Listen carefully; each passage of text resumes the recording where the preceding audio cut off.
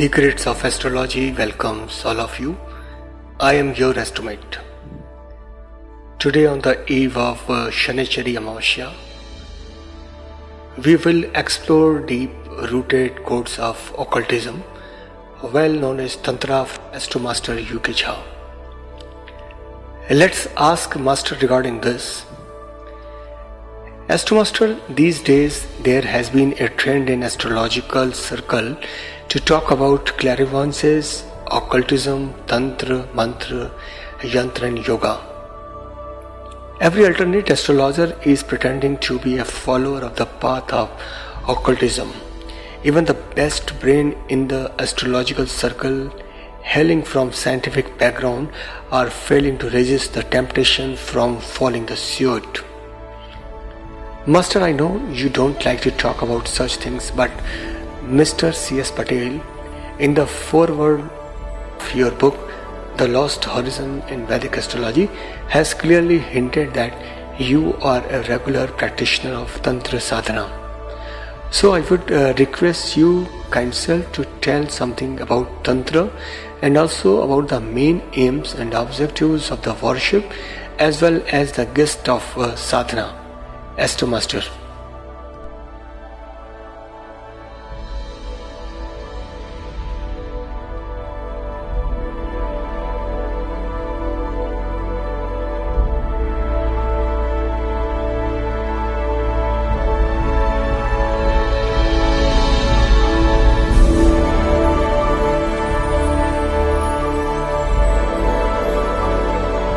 Okay, but let me tell at the very outset that these are not the things for discussion. One must not discuss about his sadhana. No true sadhaka would ever like to talk about these things with the uninitiates. Those who talk about these things are not the real sadhakas or aspirants. They are actually, in my perception, charlatans, and they speak of such things publicly because they want to impress others. That is my opinion. In the present age of consumerism, these guys only try to make themselves more easily sellable and perhaps also more respectfully acceptable in the market. They think that if they would talk about these things openly, people would develop high regard for them. But that is a mistaken notion. If someone thinks that homam, habnam and japam, that is recitation of mantra, are the real sadhana, then he is thoroughly mistaken. Demonstration of such things only show the lack of actual concept of worship and practice, I mean sadhana. Hence, I would advise you not to get impressed by such things and such persons who openly talk about their sadhana in the public. Sadhana, in actuality, is the science of evolution of the self. It is never for the acquisition of theurgic and metathergic powers invested in the laws of operation of the nature. That is, in actuality, the asuric or demonic proclivities. That is why we read in the Puranic stories that demons acquired those powers through penance and by pleasing the Lord. There is no description of any god going for penance to acquire these powers. As such, the people who talk about their sadhana, that is practice, and mode of worship, are certainly driven by the demonic forces. These sacred things are discussed only between the preceptor and the disciple. An aspirant can only discuss such things with his Guru. To talk about these things in the public is only a show business. And this also demonstrates that such a person is totally devoid of any sadhana or experience. It is therefore essential for an aspirant to have a clear and comprehensive knowledge about the gross and subtle mode of the worship and practice. Unless and until he does not have thorough knowledge of these things, neither he would be able to get himself absorbed in samadhi or meditation, nor would he develop an inclination for attaining Shivat, which is so essential for liberation and salvation. Sages have kept the finer procedures of sadhana hidden into their chest, and only the Guru can reveal it to his worthy disciples. That is why we don't find finer procedures of sadhana in Veda. The mode of worship and the meditation has been categorized into three types, that is excellent, medium and normal, we can say. In the tantric language, these three modes of worship are called Pada Puja, Pada Puja and Apara Puja. The Apara Puja or worship is of lowest order and is placed into the category of normal or ordinary worship. This type of worship is normally seen and found in vogue everywhere, and it includes homam, habnam, japam, etc. But they belong to the category of ordinary worship or Apada Puja. Don't be mistaken when I say so, because I don't mean to say that this Apara Puja is useless or is of no avail. Actually, it is essential for a beginner to follow this path of worship at the initial stage. But this is also true that this is the lowest category of worship. And at the same time, I would like to say that in the current scenario, majority of people have not remained fit even for this type of worship, that is ordinary puja, because of their wrong ways of living, dirty food, junk food practice, drinking and other abusive habits. That is the reason that most of the people are unable to even follow this lowest category of worship, that is Apada Puja. And when they find someone doing it, they take it as something very great and supernal. And charlatans are mostly banking upon this weakness of the public only. Worship does not mean performance of a particular set of rituals. It is also not the focusing of mind on any particular deity or god or rishi or anything else. Again, it is not the recitation of mantra on some rosary or lamping candle or burning incense, etc. The power from which everything of this universe surges forth, into which all are sustained, and again into which everything finally reverts back, is alone worthy of being worshipped. Tantra Shastra proclaims the worship of that power only. The same power is called Bhagwan or Bhagavati or Parameshwar or Paramatma or Parabrahm or Parameshwari, etc., in the world of sadhana. That power is also designated as the Supreme Self. So the worship in actuality is the worship of that Supreme Self into the Self by the Self.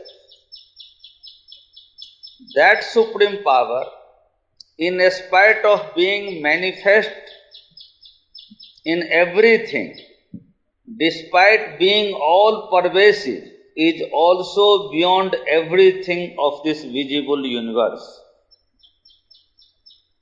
It is self-effulgent and remains imbibed in each and everything in the form of some indescribable light or jyoti. This is because everything remains lighted by the light of that Supreme Self only. It is absolutely in a state of changelessness. So whatever happens or whatever we see as happening in this world is actually a change in that changeless power. You may call all phenomena as a change in that unfathomable changelessness. That unfathomable power remains inseparably attached in each things and beings. The non-dualists also call this power as the Paravak. Literature tells, Vag Rupata Kedut Kramadev Bodhasya Saswati No Prakasah Prakaset Sahi Pratyavimarsani. In the worship of Parameshwar or Parameshwari, only that Vimarsan Shakti is worshipped by the aspirant. Because this unfathomable energy or power is inseparable from the Parameshwar or Parabrahm or Paramatma. No worship can be done without the worship of this power. Now, I am coming to mantra. What is mantra? The definition of mantra is mannat iti mantra, something that makes the aspirant incessantly ruminating over the deity, of course along with the desired objective, is called mantra. Thus mantra is only a medium for concentrating the mind on the deity on continuous basis.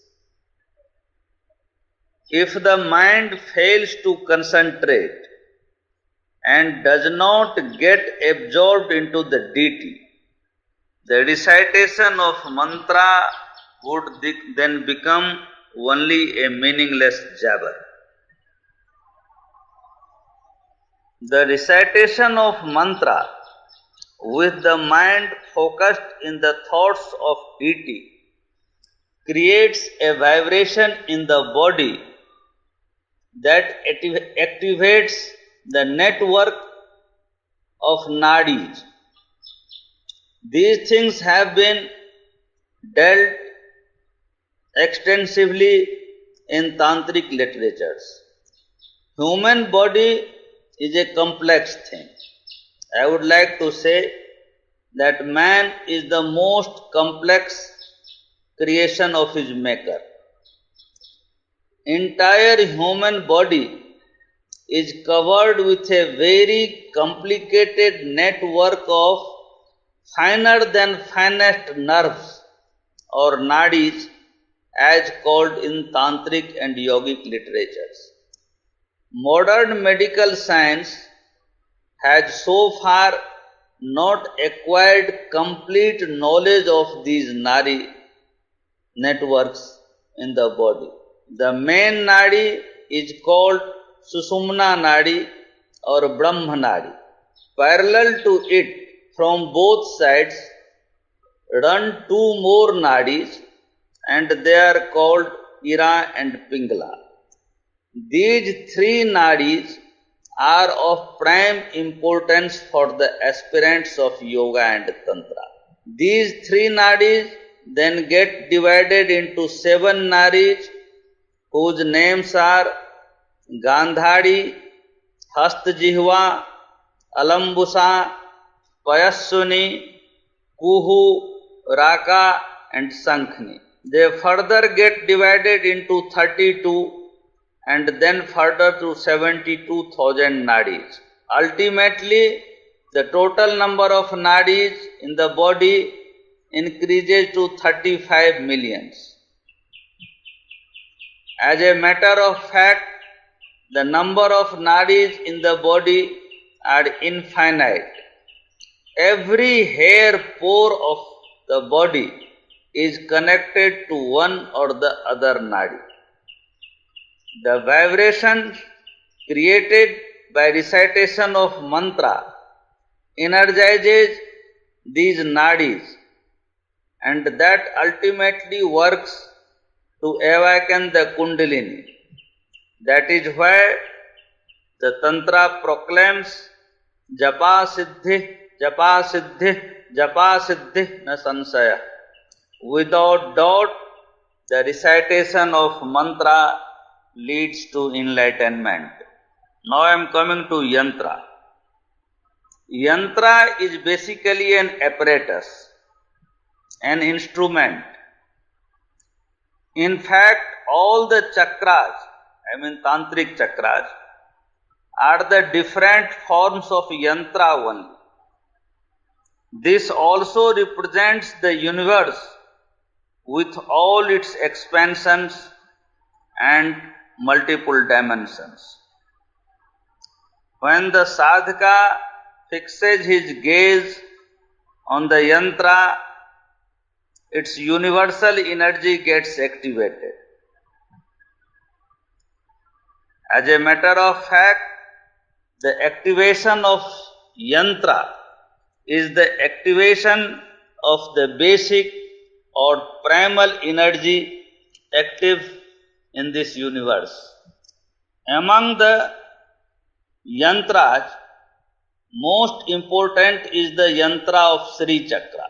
It has 9 triangles, out of which 4 triangles represent Shiva and the rest 5 to Shakti. Due to their upward and downward interlaced configuration, 43 triangles are formed. They are the triangles of Mool Prakriti. Likewise, the 3 circle, the line of Bhupuda, 16 petaled lotus and 4 doors, etc. form the Shri chakra in composite manner. I would not like to go here into other deeper details of this Shri chakra. It is very sacred, very detailed and quite unintelligible also for the normal people. As per the Tantra philosophy, the activation of yantra and the activation of embodied soul for its spread into the limitless infinity with all effulgence is one and the same thing. As such, the yantra helps the aspirant to expand his aura to the limitless infinitude of this universe.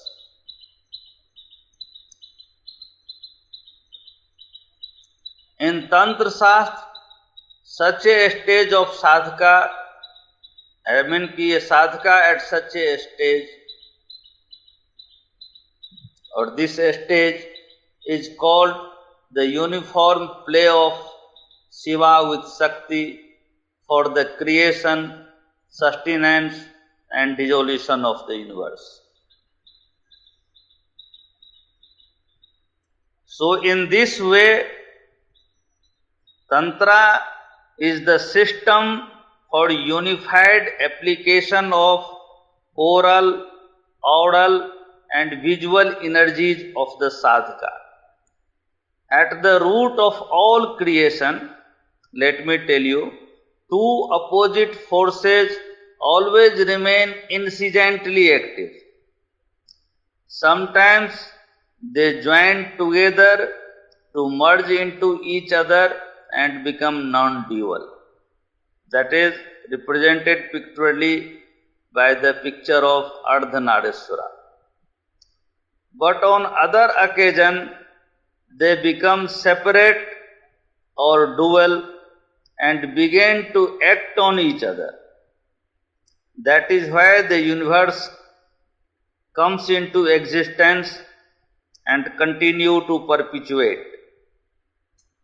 Now I can tell you that in spite of all its complexities and arduously hectic methods of practice, all these worships that we see being performed on the external plane are put into the inferior category of worship, that is apara puja. It includes everything like recitation of mantra, rosary, burning incense and lamps, singing stotras, performing homam and havanam, meditation on chakra, and all the external practices of worship.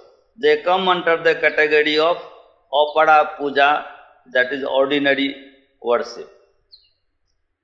However, let me remind you that it is very important for the initiates in the beginning. It is like sending a child to KG and nursery classes with only a tiffin box in his bag. That is required for training the mind to the desired objective.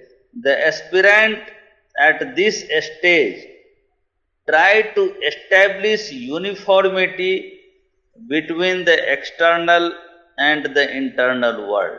He has to perceive and experience the non-duality in inside and outside world.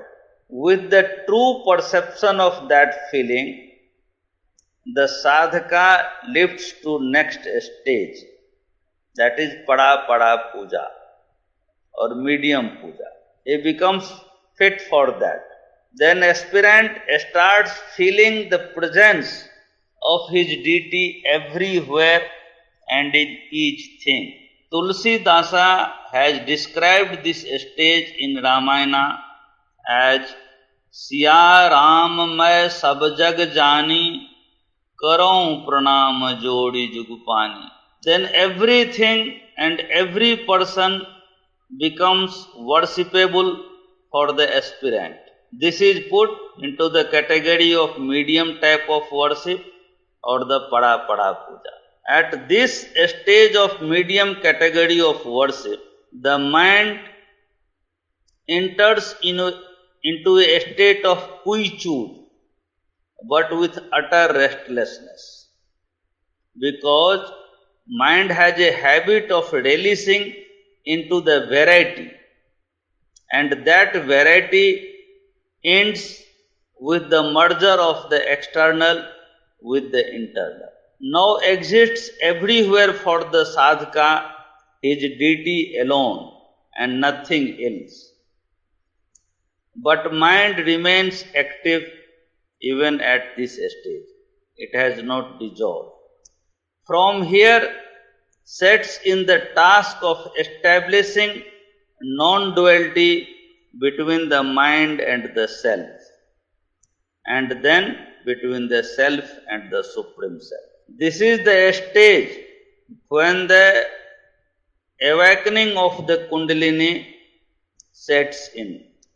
any claim of awakening the Kundalini without reaching to this state of existence is totally vacuous. Repeat, I am telling you that any claim of having the Kundalini awakened without reaching to this stage is a false claim, because this is the stage of the superior or the real or the excellent puja, that is Pada Puja.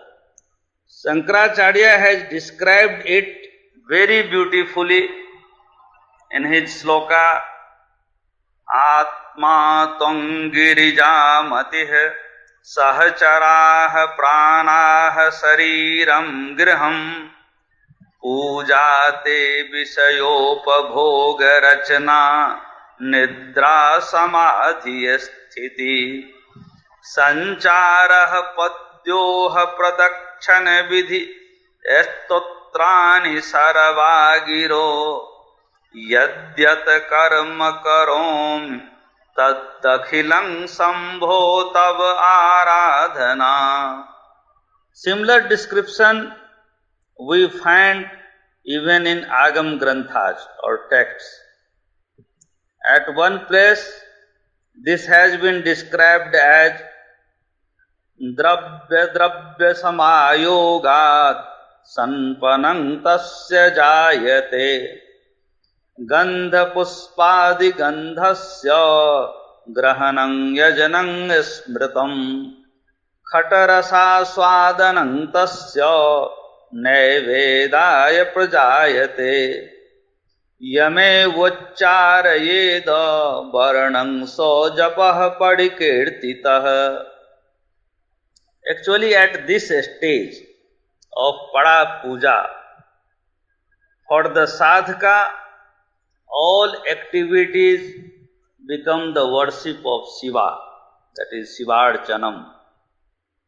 Every action is done for the cessation of self, merged in Shiva with full effulgence in a state of, say, total attributelessness.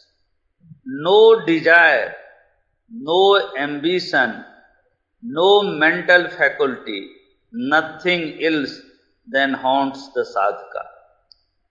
The aspirant then becomes a mute spectator or a silent witness to the play of Shiva and Shakti in multiple ways for the creation, sustenance and dissolution. He feels all that happening within himself, and that is the stage of enlightenment also.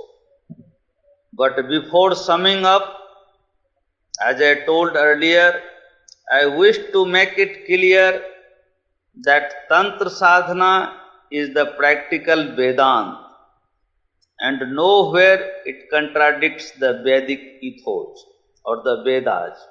Many enthusiastic scholars try to establish that Tantra is separate from Veda. However, it is a wrong notion, an erroneous perception. The practical application of Vedic sadhana is Tantra.